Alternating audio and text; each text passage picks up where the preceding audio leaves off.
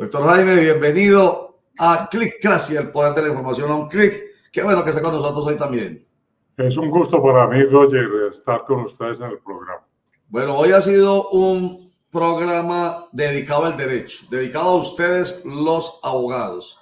A propósito de la decisión tomada por la Corte Suprema de Justicia de elegir a Luz Adriana Camargo como la fiscal general de la Nación para este cuatrienio, que empieza con ella cuando se posesione. Y el elementico que se metió ahí, como pasa en este país, que siempre habrá algo que genere dimes y diretes, tiras y encoges. El hecho de que en la misma mañana de la sesión extraordinaria del alto tribunal haya renunciado Amelia Pérez, que para algunos es ilegal, para otros es legal, para otros es inconstitucional, para otros lo es. Para usted, ¿qué es Jaime Arrula Paucar? A ver, ya quedó electa la fiscal Camargo, eso no hay la menor duda. 18 votos en sala extraordinaria de la Corte y seguramente la Corte la ratificará en su próxima sesión de sala plena ordinaria. Es una ratificación formal de acuerdo con el Estatuto Orgánico de la Administración de Justicia y seguramente se posesionará ante el presidente de la República. Eso ya es un hecho. ¿Qué pasa y qué trascendencia tiene la renuncia de Amelia Pérez? Esa renuncia se presentó en dos escenarios. Una en la Casa de Nariño, ante el presidente de la República, temprano, que fue el que la nominó en la terna. Y luego ella salió, eso queda cerca, y pasó la cuadra del Parque Bolívar y la radicó en la Corte Suprema. Antes de que empezara la sesión del proceso de elección. Todos pensamos que la Corte iba por prudencia a suspender y a pedirle al presidente que recompusiera la terna, porque sin duda la renuncia fue notoria. Todos los medios de comunicación la registraron antes de que se produjera la elección. Si esa renuncia tiene la virtualidad de haber desintegrado la terna, la elección sería nula. ¿Nula por qué? Porque la Constitución dice que hay que elegir fiscal sobre una terna, no sobre una dupleta. Muy bien. ¿Qué pasó? La Corte estudió ese punto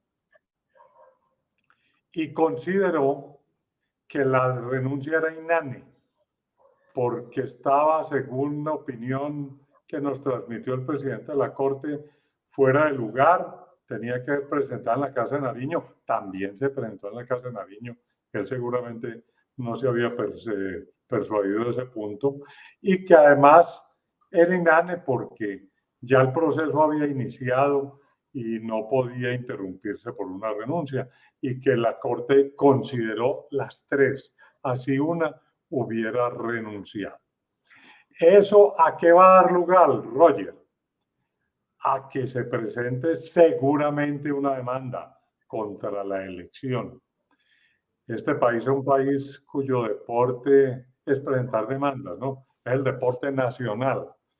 Tenga la absoluta seguridad de que van a llover las demandas contra esa elección. ¿A quién le va a tocar conocer de esas demandas? Al Consejo de Estado, la sección quinta, que es la que atiende asuntos electorales. ¿Cuánto dura ese proceso? Pues tengan la referencia, el de Vivian Morales duró 1 año y medio y finalmente le anularon la elección por motivos diferentes, pero también duró 1 año y medio. Mientras tanto, ¿qué? Mientras tanto, ella va a ejercer, la elegida doctora Camargo, como fiscal sin ninguna limitante. Ahí no hay medidas cautelares. Ella va a ejercer como tal. ¿Quién puede presentar esa demanda? Cualquier ciudadano. Esa es una acción electoral que la puede presentar cualquier persona y el Consejo de Estado tendrá que tramitarla. Hay pues un dilema, una antinomia. ¿Tuvo la renuncia la relevancia de dañar la terna? En opinión de unos, sí. en opinión de otros, no, como la Corte Suprema de Justicia. Última palabra, el Consejo de Estado, por ahí en año y medio. Doctor Jaime Alberto Arrula Paucar, buen día, cordial saludo. Una pregunta, doctor. ¿Hay jurisprudencia del mismo Consejo de Estado en casos similares? ¿Eso se podría dar como que por esa línea se podría encaminar el Consejo de Estado en la decisión que podría tomar en año y medio en el caso de que, como usted lo dice, hubiera una demanda por la elección de la nueva fiscal general de la Nación? Sí, Javier, hay jurisprudencia, no en casos exactamente iguales. Hay muy poca jurisprudencia. Hubo una, recuerden ustedes al gran magistrado Hernando Yepes Arcila. Él fue ternado por el presidente Pastrana por allá en el año 2000 para una vacante que había en la Corte Constitucional. Llegó la terna y el día que estaba el Senado votándola, el doctor Yepes Arcila renunció. Entonces vino el argumento de que se había desintegrado la terna y eso el Consejo de Estado lo resolvió en el año 2001 diciendo que no se había desintegrado la terna, que seguía habiendo terna, pero eso pues las circunstancias no eran las mismas. Las circunstancias, allí no se presentó ante el presidente de la República, sino ante el Senado. Aquí fue en los dos escenarios. Y ya los magistrados de entonces no son los de ahora. O sea que cualquier cosa puede pasar. Doctor Jaime, ahora mi pregunta es cómo queda la Corte Suprema de Justicia luego de todo este proceso, porque de verdad que fue mucho el ruido que se generó, marchas inclusive en el país. ¿Cómo queda la imagen de una de las entidades más importantes del país? Yo creo que la imagen de la Corte no se altera. La Corte, lo que nos preocupa es en Colombia que cada vez que vamos a elegir a un fiscal va a haber semejante presión, cuando la Corte lo que necesita es tranquilidad, calma, sosiego, para poder buscar de una terna el mejor, correcto, el más independiente, el más docto, el que le dé más garantía a los colombianos. Es que la Corte tiene una responsabilidad constitucional, que es elegir un fiscal que hace parte de la rama jurisdiccional del poder público. ¿Esto qué significa? Un fiscal independiente. Si la Corte se equivoca, imagínese un fiscal metiéndole política a esto, como en el pasado de pronto se ha visto. Entonces, eso lo mejor es que nos preocupemos no por la imagen de la Corte, sino por el proceso. Es un proceso que no le estamos dando garantías a la Corte de que lo haga en forma tranquila. Aquí desde el primer día empezó la Casa de Nariño, los medios de comunicación, todo el mundo a decir que por qué se demoraba tanto, que esa era hora que eligiera. ¿Cuál es el problema? Había una fiscal encargada, vacío de poder no había. Hay que darle tiempo al tiempo. Mire todo lo que pasó. Mire todo lo que salió a flote. Para eso son estos procesos, para que todas esas cosas que a veces uno no conoce de las personas, porque no han estado en la vida pública por muchas razones, pues empiecen a salir a flote. A la señora Pérez le salieron una cantidad de problemas con respecto a su marido, no a ella, pero el dicho es sabio, donde se comparte el mismo colchón, se termina compartiendo la misma opinión a la larga. No es que sea fatal, pero eso puede comprometer la independencia. Y eso fue lo que la Corte analizó en su sabiduría, buscando que el mejor fiscal para Colombia, que no es para la Corte, es para todos nosotros, para la gente. Doctor Jaime, con toda esa presión que se ejerció frente a la Corte, pues que usted nos lo menciona también, que no hubo hasta marchas y hubo cualquier cantidad de protestas para que hicieran una elección rápida, pues entonces, ¿cuál es el fin de entorpecer esa terna, de destruir la terna, para que entonces no haya elección? Y entonces, ¿cuál es el fin de eso? ¿Por qué crear una estrategia de esas? Pues si fue ingenuo de parte pues, de la doctora Amelia, pues le queda a uno la duda, y yo he insistido mucho con este tema hoy, porque no he podido entender esa función de presentar una renuncia 10 minutos antes. Entonces, ¿cuál es esa estrategia? ¿Cuál es el fin de eso después de tener tanta presión con la Corte y ahora resulta que se quería destruir la terna? Pues ella está en su derecho a renunciar. Ella Obviamente. vio que su candidatura se desinfló, quedó dolida porque ella no fue la autora de esos trinos, fue su esposo, y ella dijeron, me atribuyeron a mí lo que hizo mi esposo, potestad marital. Eso, algo que ella estaba en todo su derecho. Algunos han dicho que eso fue una estrategia y que fue una estrategia dirigida desde la Casa de Nariño. A mí no me consta nada de eso. Por eso me parece muy peligroso no poner a crear fábulas, que era que el presidente la que quería era la otra y entonces le dijo que renunciara para él mismo desactivar la terna. Yo creo que eso son conjeturas. Pero usted sí toca un punto que a mí me preocupa. La Fiscalía se viene en cierta manera politizando y ese no es el ideal. ¿Por qué? Porque mire, el mismo presidente de la República dijo que él tenía derecho a mandar una terna. Me parece más equivocado, no podía ser una expresión. Primero de todo, él no tiene derecho, él tiene obligación de enviarla. Y el derecho es de los colombianos a tener un fiscal independiente, no el presidente de la República a tener un fiscal. ¿Él? ¿Para qué? Para que le ayude con los líos que tiene el gobierno, su familia. Eso sí sería inaudito. Estaríamos en el peor de los escenarios. Pero no es una crítica únicamente al gobierno actual.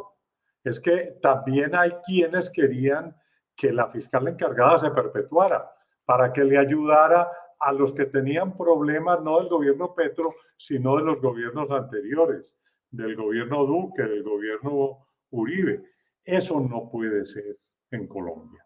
Esta es una lección que nos está indicando que tenemos que repensar dónde debe quedar la fiscalía, si debe ser en la rama jurisdiccional o en la rama ejecutiva, qué es lo que mejor le conviene a Colombia, porque definitivamente tenemos un sistema donde decimos que el fiscal hace parte de la rama jurisdiccional, peca independiente, pero se inclina hacia quien lo terna, y eso no puede ser. Correcto. Sí. O de una vez que respondan ellos dos por todo lo que pasa en la persecución del delito, o que el fiscal definitiva. Pero tenemos un sistema mixto que yo creo que aquí, en este proceso, afloró el conflicto que se está armando con la elección del fiscal en Colombia. Y menos mal ocurren estas cosas para que en el momento de pensar en una reforma como la de la justicia, pues se tengan en cuenta todos estos aspectos. Y pues me imagino que eso, por ejemplo, si está en sus manos, que le van a preguntar cuando hablen se habla de reforma a la justicia, ¿qué habría que reformar, hombre, doctor Jaime Arrula, para jugar con toda su expertise y su conocimiento? Me imagino que empezaría, entre otros, por aquí, por estos lados. Sin duda, Roger, yo creo que incluso lo dije en la lección inaugurales de la Universidad Pontificia Bolivariana, que se hizo un gran foro, y yo dije que había que revisar la institución de la Fiscalía, desde la ubicación, la elección, todo, porque no nos quedó bien en la Constitución del 91. Sí. Fuera de eso, en la Constitución del 91 era un sistema inquisitivo. Pasamos al acusatorio y no hicimos los ajustes, y ahí se están viendo los problemas que eso presenta. Tiene usted toda la razón, Roger, es una de las instituciones llamadas a revisar, no digo en qué sentido, pero sí, hay argumentos de lado y lado que el país con calma, con serenidad, con expertos, haga esa reflexión para que no sigamos teniendo cada vez que hay que nombrar un fiscal semejante enredo. Es que hubo protestas, que hubo carteles, hubo que invocaron hasta a Palestina Libre frente a la Corte Suprema de Justicia para elegir un fiscal que debería ser un proceso normal y tranquilo. Entonces, aquí creen que ese va a ser el Dios que nos va a sacar de la cárcel o a meter en la cárcel a todos. Eso no debería ser. Esta figura que llega a Colombia con la Constitución de 1991 es copiada de la figura la Fiscalía de Estados Unidos. ¿Cómo funciona allá? La reforma que introdujo el fiscal Luis Camilo Osorio, que Sí. fue pasarnos al sistema acusatorio, Sí. fue incluso por condicionamientos de Estados Unidos para ayudas. Y Estados Unidos nos impuso el sistema. Pero allá el fiscal lo nombra el presidente de la República. Y el presidente de la República... Directamente. Y quedan los dos responsables. Si fracasa la política criminal, le cae al presidente de la República. Y si es un éxito, lo aplauden. Pero allá no es una figura independiente, es una figura de la rama ejecutiva. Obviamente es un país más maduro, con más educación, con más tradición presidencialista que nosotros. Aquí hemos sido un poco más desordenados, pero ya existe ese modelo.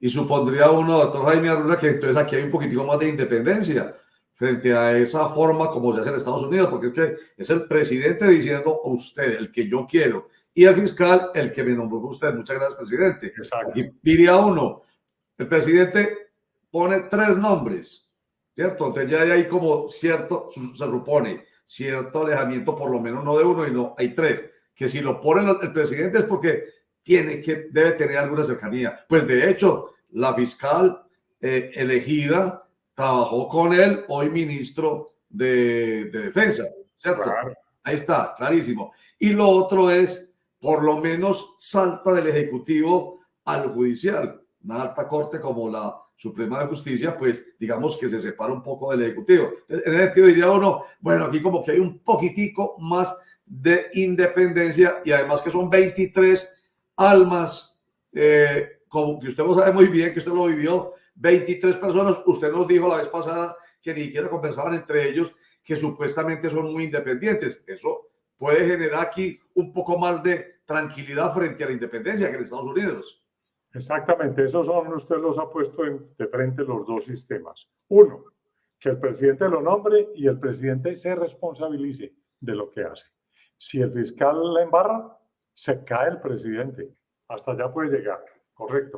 Otro, un sistema híbrido, que sea independiente, pero aquí es independiente y lo terna el presidente. O sea que el que sale nombrando el fiscal, queramos o no, es el presidente. A la doctora Camargo, a la doctora Pérez y a la otra doctora las ternó el presidente Petro.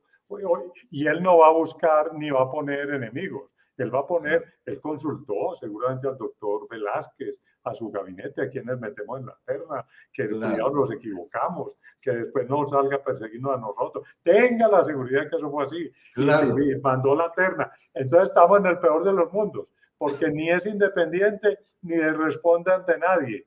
Entonces, más bien hagamos el ajuste, o de una vez que lo nombre el presidente y que respondan, o démosle la independencia, pero total, que no lo terne el presidente, que lo terne más bien la Corte y que elija el presidente, como propuso el doctor Alfonso Gómez Méndez, que me parece que es otra propuesta digna de tener en cuenta. No sé si sea la mejor, pero hay que tenerla en cuenta.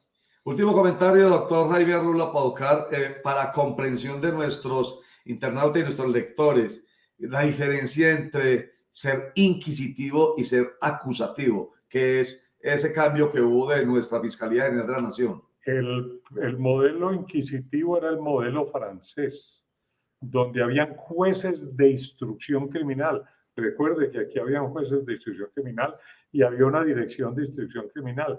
Y los jueces adelantaban la investigación, tomaban medidas y después venía el juzgamiento. Lo podía hacer el mismo juez. Eso lo llamaba un sistema inquisitivo. El sistema acusatorio es que hay fiscales que no toman decisiones judiciales, recaudan la prueba, se la lleven al juez para que el juez la valore y sea el juez el que tome las decisiones. Claro, claro. De ahí la palabra inquisitivo, me acordé de Torquemada. Quémenlo y después lo juzgan. Exactamente, exactamente. Más o menos, ¿cierto?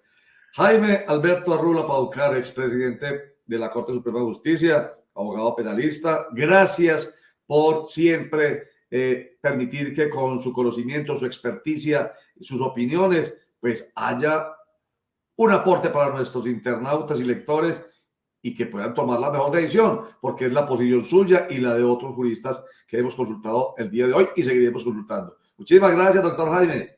Ha sido un gusto, Roger, a todo tu equipo. Un cordial saludo y, por supuesto, a todos los seguidores. Muchísimas gracias.